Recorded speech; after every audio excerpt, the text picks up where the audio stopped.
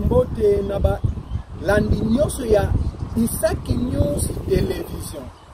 Na pesbino mbote. Tikete ya wenzambe tata oyo akela mokili oyo akela yo na ngai apambola biso. Avana bande mission oyo po nazo kokende mwa mingi kote ya bana na Nzambe. Nalingi kana sa losamu tata Nzambe yo mutokela mokili oyo. Tala mokili no ndenge ezokende. Ba vedette baleki mingi na ba oyo tinda lokola basali. Balingi ba misala kaka ki vedette kombo ya Yesu ezobunga me kombo na bango kaka bango kolo. Nayebi ke na kati wana ya malamu bazali me o bazoko misala ba vedette mingi Nzambe mikolo ezali pesa bango bazonge pai na yo. Papa na pesi yo merci po za Nzambe yoka losambo ya bana na yo pesunga biso na emission otozo sala ebandeli kino suka pesa biso makamu ya koloba na kombo na Yesu amen. Nzambe tango atisalaka mokili atindaka bato oyebi bato Nzambe atinda baya basala bakambo basalaka akenda ayoko pesa biso lisusu basali oyo basali na Nzambe na Congo o biso tobengaka bapapa milimo na biso. Bapapa milimo bozongela Nzambe oyo obandaka na ba groupe de prière. Ese bino mo bozomona teke réveil ekufa. Ezaka penzo koti na biso solo katala. Mutu wana la musaki mutu. Ngana biki pona likambo. Na ba taxi na nyos tondo yo kaka makambo ya Nzambe. Nini croisade moko eza quelque part. Boy. Mais bozomona ngote eloko na bo perdre. Likola ba succès na bino. Bo perdre ngo. Papa. Bo perdre makambo wana nyonso pona nini? Po bolingi bozala lokola ba Nzambe. Boyeli biso évangile ya condamnation. Ne touchez pas mes ouais, ça m'a bête, ça batinda mina Nzambe. Mais ba papa bo changer moi mokie. Bokomo koma ki vedette makasi koleka kombo na Yesu. Mate ezalaka lisusu.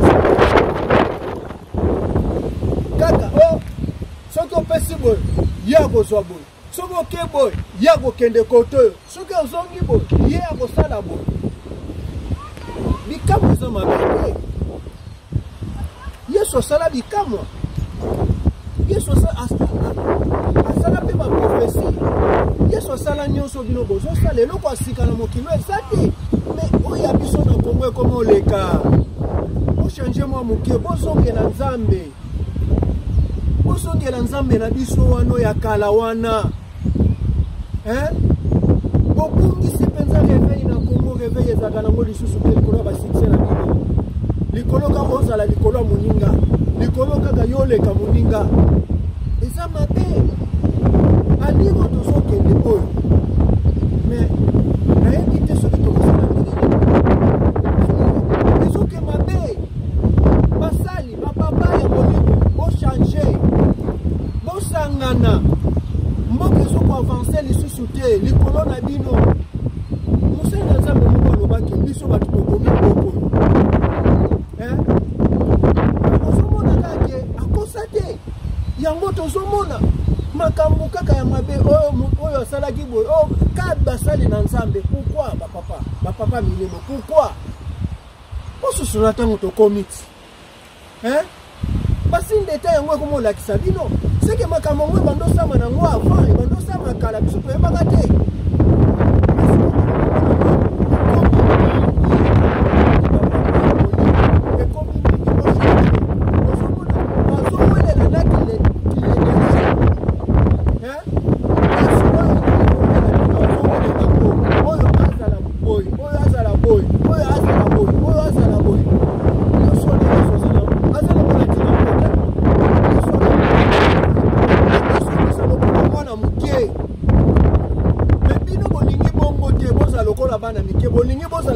succès koleka Yesu okenango pe après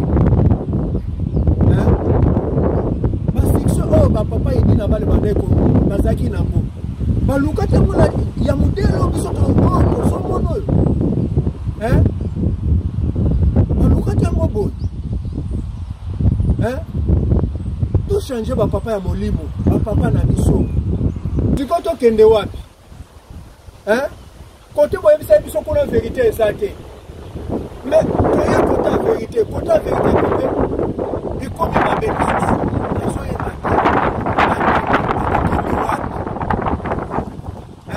comment songisa bandime bene ba païen pona misala na bino pona ki succès na bino bozala lokola Yesu ka yozala olingite moninga matayo olingite mutu azala abima menatango ya kala tomona ki atala Kishasa wana papa mbie abando sur la succès péter les autres ils sont sur la succès sonika futi pemena na zo sur la succès Coutinho pemena na zo sur la succès Denis Lesi pemena na ndo sur la succès mais bamakambo nyoso ezala kité mokuna zalaki wana ndo sur la succès mais biloko nyoso ezala kité pourquoi pona nini po bolingi mutu na mutu azala likolo ya moninga komikitisa eza te na bapapa na biso ya molimo osana komikitisa te sikotala makambo ekomi kaka bino bapayen kutu oyo bato baloba oyo bino bapayen balembisi mais nyonso oyo tomona kaka bapapa na biso ya molimo bapapa tango ezana tososola bozonga na nzela ya Yesu aza na posa na bino bokopengusa bato ebele na bafaux prophétie na bafaux bikamwa na bafaux makambo nyonso mabe bokopengusa bandimi ebele bakoma olemba mpona bizala ya mabe ya bapapa na biso milimo mutu akondane bino aza te mutu pa juge bino aza te me nayeka na emission nayebisa bino ke bososola ntango toza tokoma okende ntango ya suka soki osali succès et après soki otamboli na biloko oyo wana ngo bamituka bandako ya nini lokumu et après okokufa témoignage malamu nini oyo bato baotikala nango mpona yo ka succès na makambo toomona oyo nakutu nakomoyoka soni natanga ke o boye nakomoyoka soni na bamakambo soni nakomoyoka nanga soni nakomoyoka bandimi nyonso oyo bozomonaki ta mosusu papa na yo ya molimo azalaki wana me ozoyoka ta papa asali boye ake boye azongisi boye sali eza individuel sali eza individuel yo mpe mondimi sosola ntango oyo toza na yango sosola oyo ntango oyo toza na yango yo ozomona ke natika kosambela likolo paster na nga asali boye okokamwa ya akoti lola yo tikali okokamwa akoti lola yo tikali po bango bayebi makambo ebele bandeko ekonza pena ngokufa boye alobi nzambe elimbisa ngai na mabe nyonso bandeko osala limbisa ngai ntango asengi bolimbisi bongo mbala moko akota lola bongo yo soki opengwaki okosuka wapi sosola ntango oyo distraction okoma makasi yo ozomona ke naoke lisusu eglise te po tala kutu paster na biso tala kutu papa na nga molimo tala kutu boye non sambela beeglise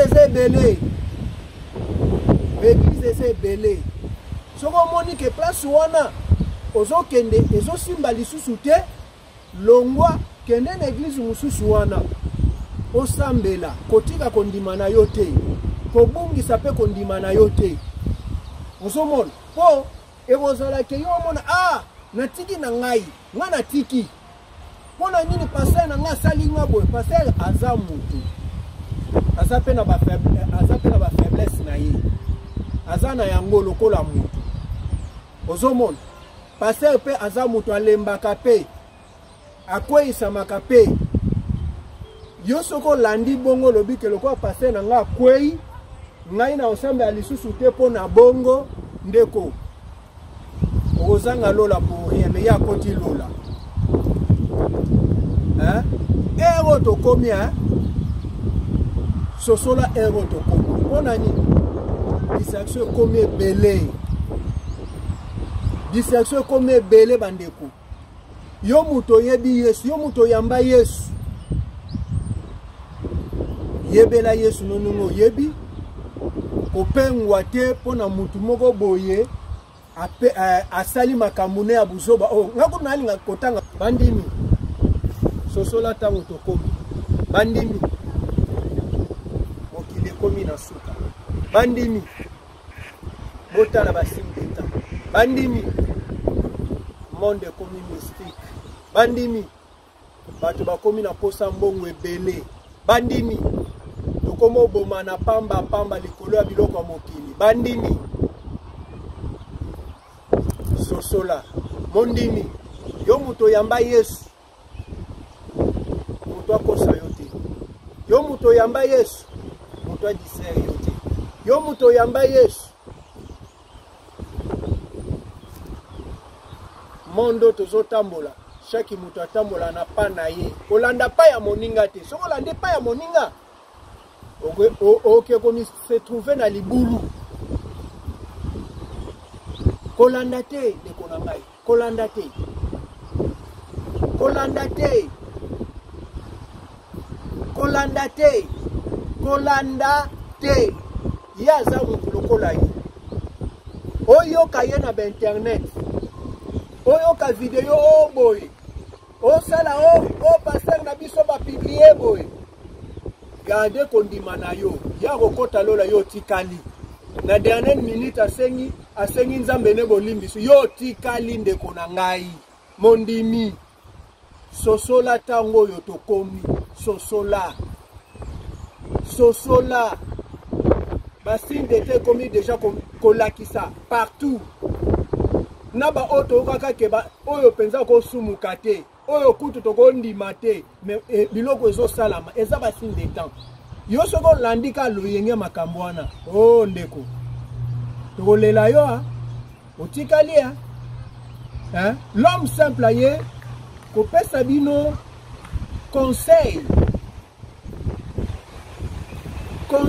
ezalaka te ke osoki bapesa conseil ozwa nyonso ndeko non place oyo kosepela te leka place osepeli ozwi ozomona na ye te na oblige yo okopengwa te opengwa oboye non ngaka na ye koyebiso ke sosola ntango oyo tokomi eza mauvais temps Yesu alingi azonga makambo nyonso Bible eloba ekomi okokisama bato tobande komona ke baza 3 fois 5 tokomona makambo ekomi komonana kwelele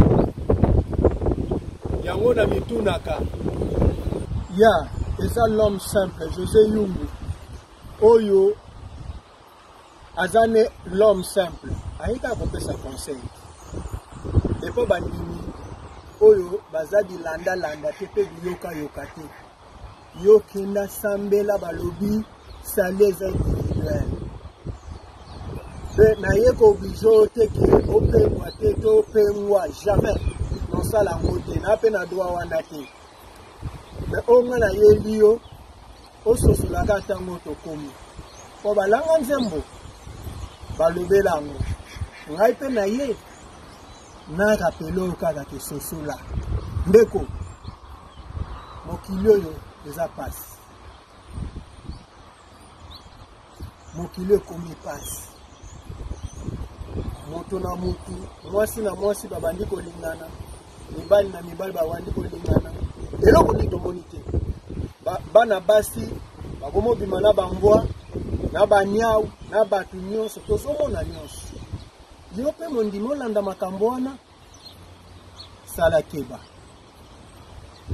mokili pepe ezaki wa bino homme simple José Yungu na émission Sosola na pesi mbote na ba oya ngai wangai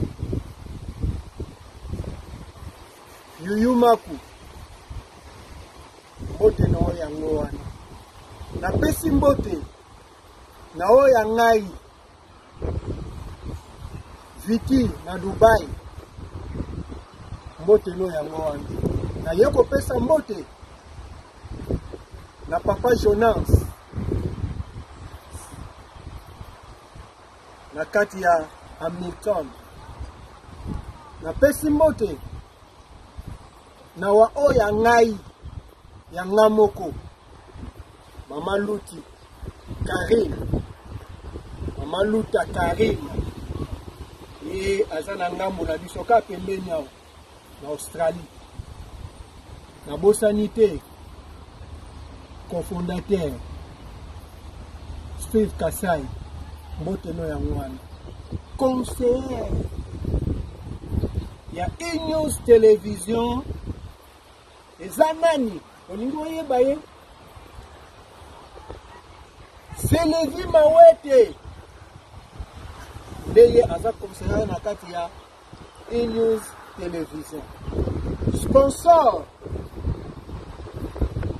Mama Rose la patrona mbote na oya ngwana koto zali bandeko tobandaki na losambo tokozangisa te losambo nzambe tata yo muto simba mitema bato biso to abato tolobi kaka oyo otiaki biso na monoko